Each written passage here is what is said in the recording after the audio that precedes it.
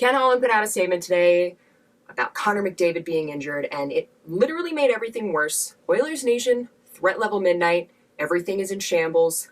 The season is over. Good night.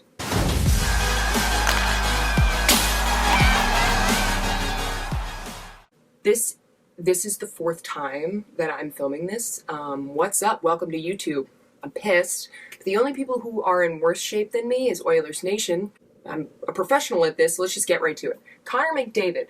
Saturday night, the Oilers defeat the Nashville Predators 3-2. However, 4 minutes into the second period, McDavid gets checked into the boards by Dante Fabbro. After Fabbro checked him into the boards, he completed the game. He iced his knee in between periods. And then all of a sudden today, he has an MRI. It is a completely different situation. Ken Fabbro comes out, and there's a few things about it that I found to be absolutely hysterical. We all know that the NHL always puts out statements on injuries, and they explain it in a very vague way. So he comes out, and he thinks he's doing us a favor, actually points out, everybody speaks in terms of upper body, lower body. So he thinks he's fooling us, and he says it's a quad injury. It's not specific at all, but you tried, so thank you. Something else that stuck out to me, Holland came out and said that he's not being treated in the Oilers facilities at all by that team. He went back to Toronto for treatment. Why the hell is he being treated in Toronto? Maybe it's more common than I'm aware of, but I never hear of players leaving their team, leaving their organization, and leaving their entire training staff and going somewhere completely different. That's weird. And then, of course, the fact that he's standing there looking like he is literally shit his pants. What does this mean for the Oilers? Right now, the Oilers are in second place in the Pacific Division. After 55 games, they're 29-20-6, and are within 3 points of the Vancouver Canucks. 3 points! That's nothing!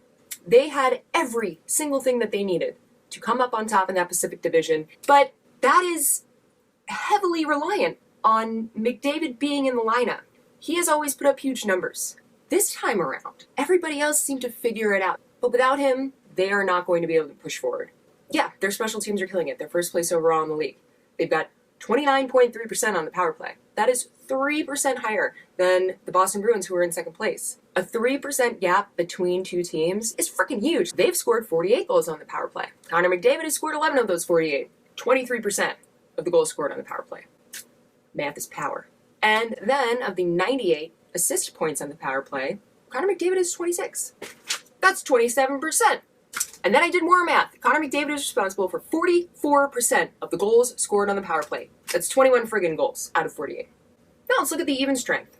The entire team as a whole scoring 174 goals. Great, grand, wonderful. 30 from Connor McDavid. So 144 goals with all of these points from assists. I'm taking the numbers. You know what? There you go. 21% of the rest of those goals that weren't scored by him were scored because of him. That's 60 friggin' goals. You need Connor McDavid. Literally, him and Draisaitl are the two people carrying 90% of anything produced by this team. I'm sorry, Edmonton. Unless Connor McDavid can come back within literally tomorrow, you're screwed. I am disappointed to see it. I really thought that this was going to be their year, but this McDavid injury is a devastating blow to the Edmonton Oilers. And anyway, let me know what you think. Do you agree with me? Or are you going to sit here and tell me that McDavid is not the only person on that team doing anything other than Draisaitl? Let me know in the comments below. While you're down there, if you have not yet subscribed, hit that subscribe button. And, of course, big news, trade deadline, February 24th, 3 p.m. Lots of stuff going on there, so I'm going to have all of the news on that. There are some huge names out there. There are some guys up for grabs. It is completely seller's market. I'll see you all in the next one. And until then, I need to go pen a letter to the Rangers organization explaining why Chris Kreider may not leave under any circumstances.